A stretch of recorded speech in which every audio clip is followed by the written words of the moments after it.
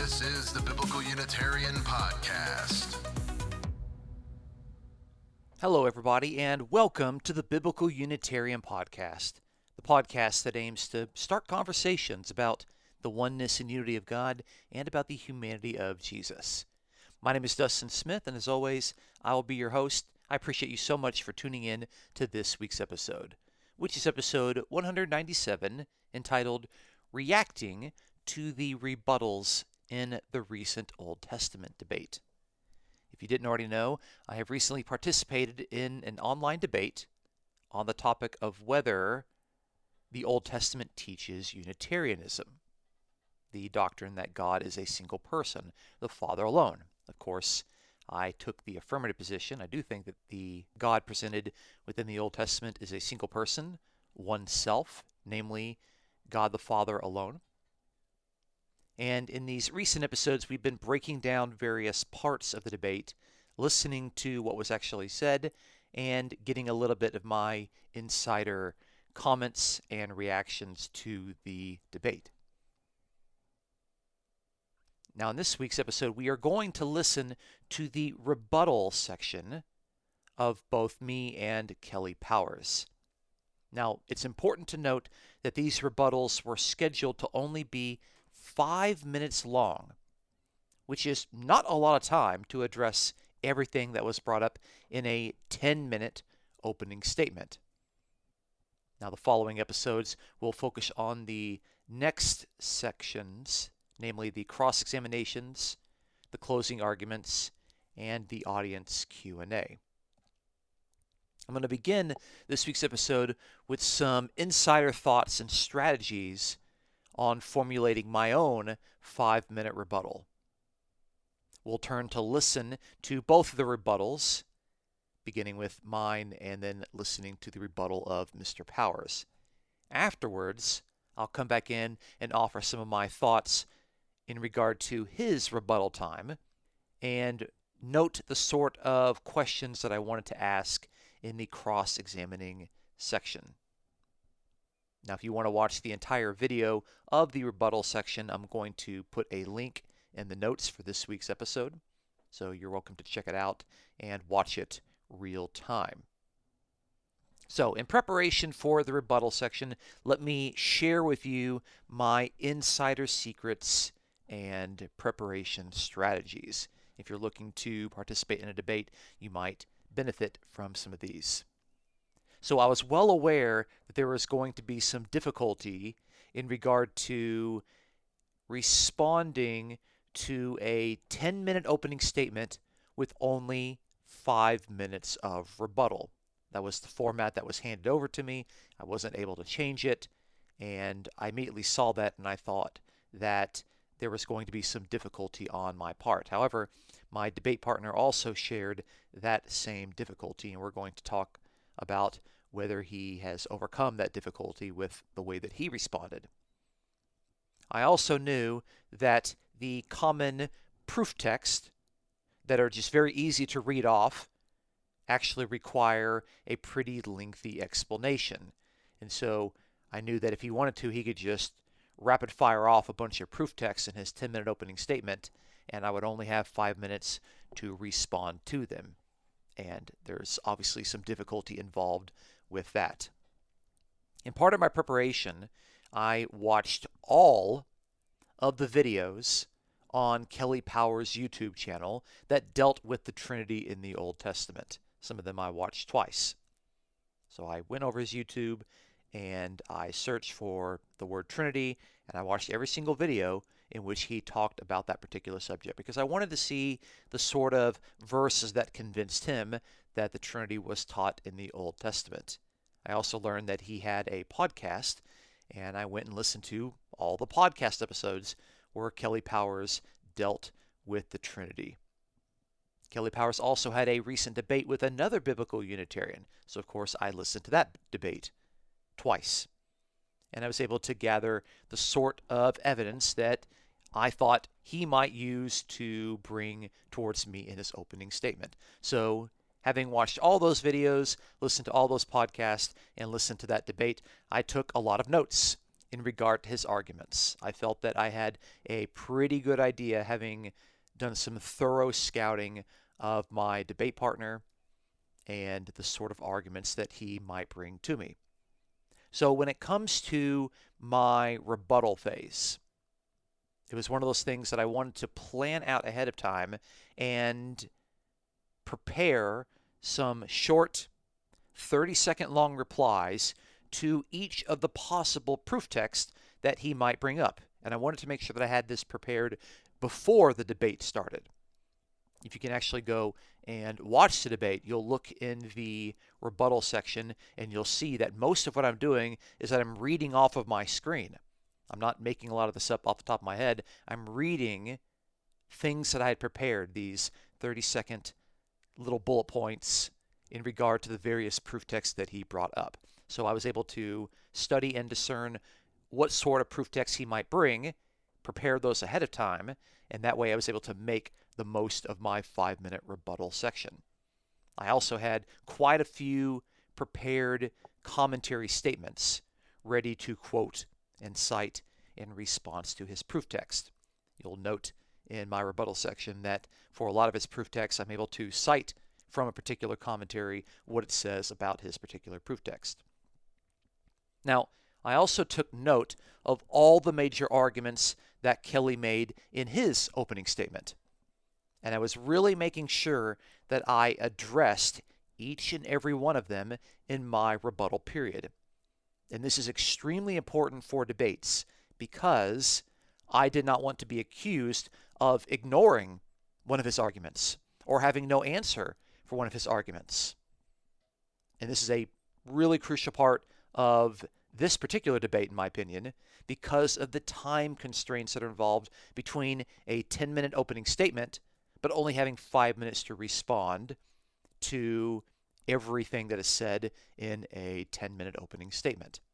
And that required that every single second of the rebuttal phase had to be used to its fullest. So I think the rebuttal phase had to do with preparing ahead of time, not responding on the fly. Now, one thing that I did not prepare for was the various comments that Kelly Powers made about places in the Old Testament where angels spoke on behalf of Yahweh. He cited a passage in Zechariah. So at the very end of my prepared responses, I was sure to include an overarching rebuttal on this whole angel equals another Yahweh sort of argument, which is easy enough to do as I'm watching my time run out. So that is something that I didn't prepare for, but because that proposed theological statement is actually very easy to respond to because angels by definition are messengers. So, of course, a messenger is going to represent the sender in the fullest possible way. So without further ado, let's turn right now to listening to the rebuttal section. And after we listen to both of them, I'm going to come back and I'm going to offer my thoughts on Kelly's rebuttal that he offered towards my opening statement.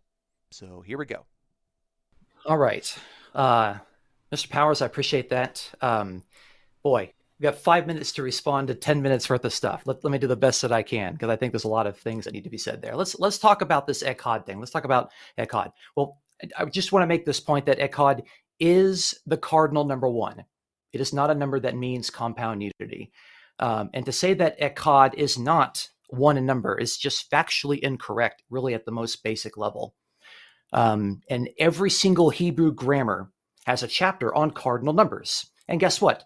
The first number that Hebrew students learn when they're counting to 10 is Echad. You know, it's Echad, Shanaim, Shalosh, Arba, Hamesh, Shesh, Sheva, Shanome, Tesha, Asher. Echad is the cardinal number one. And we know that this is what the Jews understood with Deuteronomy 6:4 because when the Septuagint translator translated it, they used is for Echad. And is is the Greek cardinal number that is grammatically masculine. The Lord is one person. So we can set that aside for now. Let's talk about Genesis 1:26.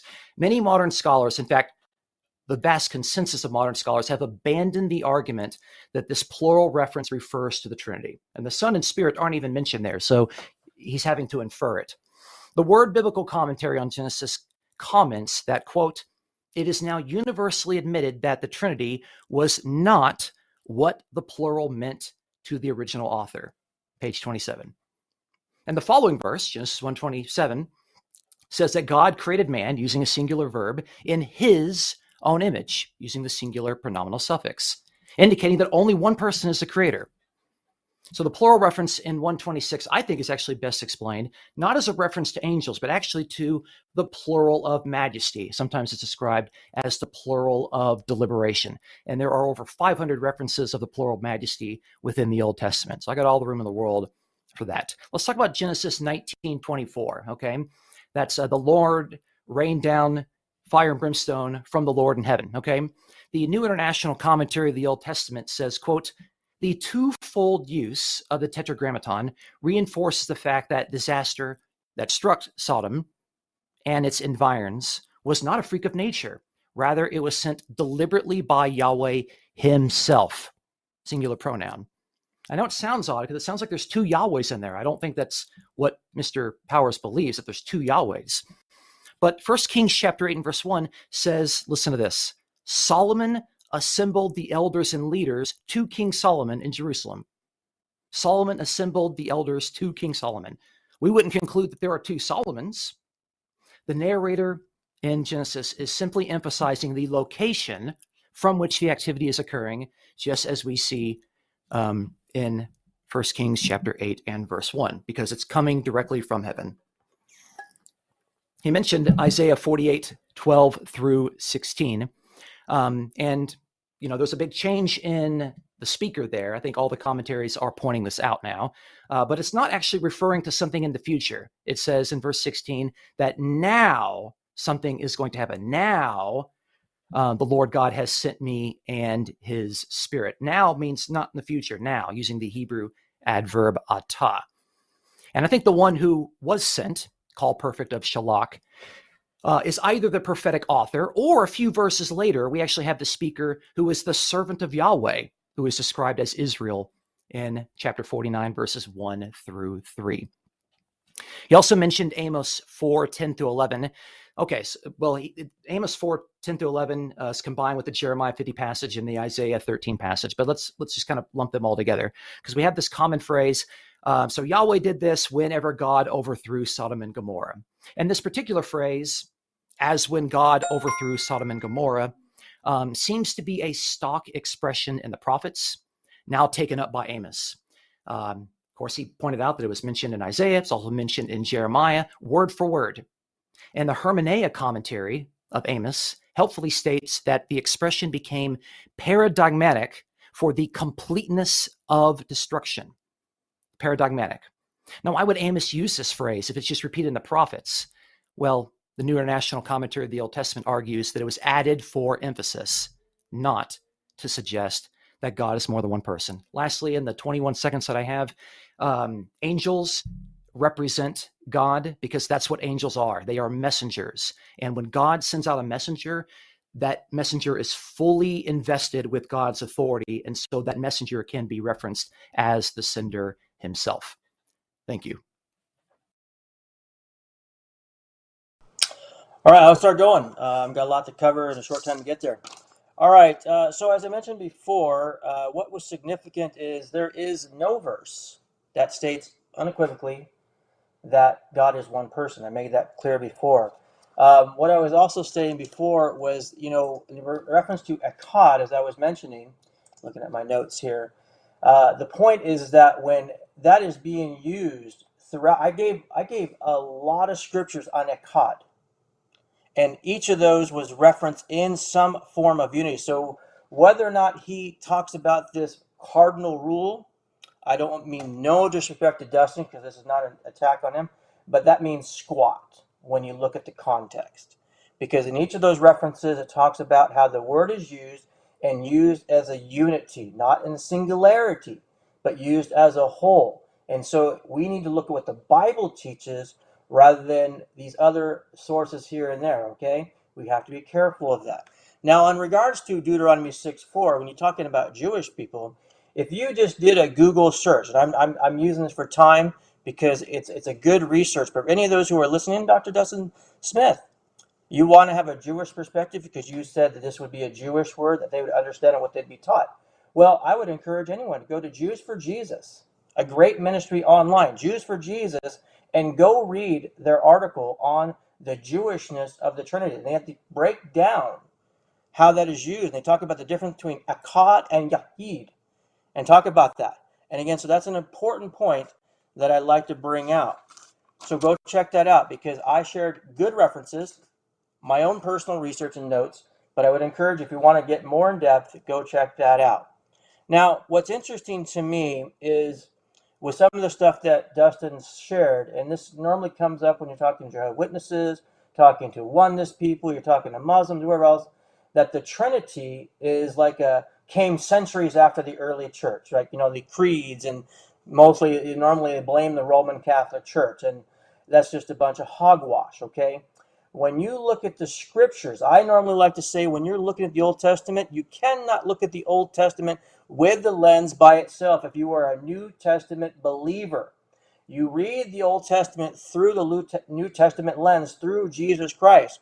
So when you look in the New Testament, it affirms the Old Testament. In fact, there are many references in the New Testament that point back to the Old Testament that show the pre-existence of Jesus Christ and him actually being called God. You read Hebrews chapter 1, there is a plethora of references there that point back to the pre-existence of Christ. If you were to read 1 John chapter 4, John the Apostle, who I'll trust over him, over anybody out there who says Jesus didn't pre-exist before his incarnation, I'll take John's word over anyone else because he says in 1 John 4, 9 through 14, that God sent the Son, the only begotten, into the world. So he was already in existence.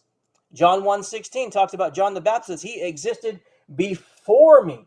John the Apostle says in John 12:41, a direct reference back to Isaiah 6, speaking of Jesus being the Lord that Isaiah experiences in Isaiah chapter 6.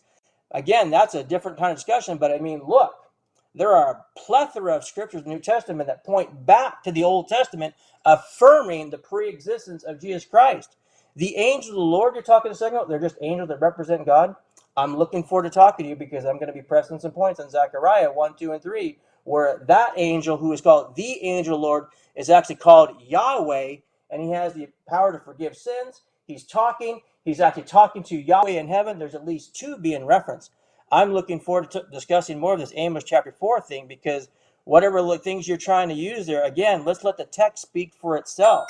The text is clear, talks about Yahweh raining fire and brimstone from Yahweh out of heaven, 1924. And this is a news flash, not again an insult to you, Dustin, the royal we or the majesty thing. That didn't come into existence as what we understand today to around 1200 AD. That's 1200 years after the time of Christ. You do the numbers before the time of Christ, okay? Before he took on his incarnation. That's thousands of years. The royal we from Genesis 1:26, let us make man in our image, that falls flat to the ground like a sack of potatoes, okay? So it says, God said, let us make man in our image, and he made man in his own image. Again, like I said before, it shows both the singular and the plural. Both work together. They're in unity. There is the oneness of God that I affirm, but there is a total package of the Old Testament scriptures that over and over show that God has been revealed more than one in personage as some kind of unity. That cannot be rejected. Thank you. All right, you've now heard both of the rebuttals, starting with mine and ending with Kelly's. And I want to offer some of my post-debate reflections on Kelly's rebuttal towards my opening statement. Now, he begins by responding to my rebuttal, not actually to my opening statement. And this is very interesting, but that's what he wanted to use his 5 minutes doing. It's pretty clear that he misheard me talking about the cardinal number one because he said that I was talking about some sort of cardinal rule. So clearly he misheard me when I said that, and I think he wasted some time with his misunderstanding. I don't think he actually knew what a cardinal number was, but whatever he thought I said, he dismissed it immediately, saying that it doesn't mean squat. Now, just dismissing an argument doesn't actually mean that you're interacting with it. But I think if you don't understand what I'm trying to say, then you can't respond to it in a meaningful way. Now, he talked about Deuteronomy 6:4, which of course is a passage that I brought up, but he said by using a Google search, you can learn what Echad and Yaqid mean, which I suppose that's true, but I don't think we should be getting all of our data from Google. I think we should be getting our definition of Hebrew words from Hebrew lexicons that are written by grammarians and scholars, like the Halot or the Brown, Driver, and Briggs Hebrew lexicon. Of course, that's where I got my definitions. He didn't like my definitions, so he wanted to resort to Google. The argument that I made about the Trinity coming centuries after the church was founded, he just immediately dismissed and called it hogwash, but he didn't actually interact with the evidence that I brought forward in regard to that particular point. He did make this point by saying that you cannot look at the Old Testament with a lens by itself, which is a very interesting admission because this whole debate is about whether the Old Testament teaches that God is Unitarian or not. But he says that you cannot look at the Old Testament with a lens by itself. I completely disagree. I think the Old Testament is just fine by itself. He did go on to say that you read the Old Testament through the lens of the New Testament, as in you start from the back of the book and you read from its beginning. And I don't think that's really how it works. But I wonder if he just conceded the entire debate with his argument there by saying that you can't look at the Old Testament with a lens by itself. Now, he did spend a lot of time, and in my opinion, he wasted a lot of time, talking about a bunch of New Testament references. He talked about the book of Hebrews and the Gospel of John and 1 John, which is all fine and dandy, but that's not the nature of the debate. The nature of the debate is not about the way that God is revealed in the New Testament. So all of those examples are really irrelevant for the state of the debate, and I thought that that was a poor use of his 5-minute rebuttal time on his part. Now, he did this because I made the argument that the Old Testament does not have any doctrine of the literal preexistence of Jesus, or the Son of God is not a preexistent being in the Old Testament. So he wanted to spend a lot of time doing that. He wanted to spend a lot of time trying to argue for it. But here's the point. Even if the preexistence of Jesus was true, that doesn't actually prove that God is more than one person. There are many Arians that believe in the preexistence of Jesus, but they affirm that God is one person. So, again, if that doctrine was true, which I don't think it is, it doesn't actually contribute to his part of the argument, which is to dismantle the suggestion that God is only one person. Now, he definitely responded to this royal we, as he called it, which I described it as the plural of majesty, which again was something that I said in my rebuttal. It wasn't actually something I said in my opening statement. So he's not responding to my opening statement. He's responding to my rebuttal. And he said it didn't come into existence until 1200 AD. That is just absolutely false. It's absolutely false. And every single Hebrew grammar dealing with the Old Testament and the various Hebrew lexicons clearly point out that the plural majesty was something that was well established within the Hebrew Bible. Now, there were many of my points in my opening statement that he just didn't respond to, had no idea how to respond to, or completely ignored. And here is the point where I really want to point out that his 5-minute rebuttal did not actually rebut the majority of my opening statement. So I'm going to go down point by point. He had nothing to say about God being depicted as a single person over 20,000 times. So my largest piece of evidence towards demonstrating my point, no word on it, no response. He didn't respond to the various passages that I brought up in Deuteronomy. He didn't respond to Isaiah 44:24, and he didn't respond to Malachi chapter 2 and verse 10. I pointed out that God is described as a single person in a variety of his titles, like the Holy One and the Mighty One. No response from Kelly Powers. I pointed out that the external testimony of persons like Josephus and Philo, who were Jews, and non-Jews like the writer of the letter of Aristeas and Tacitus, affirmed the fact that the God taught in the Old Testament is a single person. No response from Kelly Powers. Now, he dismissed my claim that the Trinity is something that has developed, but he actually didn't interact with any of the evidence I provided from historians, from scholars, and even from Gregory of Nyssa, who helped write the doctrine of the Trinity at the Council of Nicaea. He wrote the Nicene Creed, who himself said that the Trinity is the middle ground between Jewish monotheism and polytheism. So Gregory of Nyssa admitted that the Nicene Creed, the doctrine of the Trinity, is not Jewish monotheism. It's not one and the same. No response from Kelly Powers. He had nothing to say about my proposition that Jesus is the son of Abraham, the son of Judah, and the son of David. Those are pretty common New Testament truths. He said that Jesus did preexist, but he didn't offer any evidence in the Old Testament to show that Jesus preexisted. I also argued that sons, by definition, are younger than their ancestors. No response from Kelly Powers. So when I map out all of the points of my opening statement, and then I plot in the particular points that he actually responded to in a meaningful way, he actually chose to not respond to most of my arguments.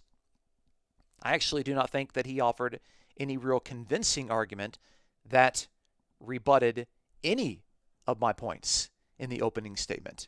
So it was at this point, at the end of the rebuttal section, that I was feeling pretty good about the debate. I didn't really know how it was going to go, but having seen his prepared opening statement, but then seeing his rebuttal, I thought, okay, clearly he has not responded to my opening statement. I think things are going to go pretty well from here on out. So, appreciate you so much for listening to this week's episode. Please join us next week as we listen to the first round of cross-examinations from each participant. I start off by asking questions for 10 minutes, and then Kelly Powers gets to respond by asking questions to me for 10 minutes. I'll also include in next week's episode my reactions to the answers that Kelly gave to my questions when I cross-examined him. So please look forward to our next episode. If you enjoy this podcast, please consider supporting us as we promote the important truths about the oneness and unity of God and the humanity of Jesus. If you'd like to offer a tip or donation, you may check out the episode's description for a link to PayPal. The Biblical Unitarian Podcast is produced and edited by Dustin Williams. My name is Dustin Smith, your host. Until next time, you folks, please take care.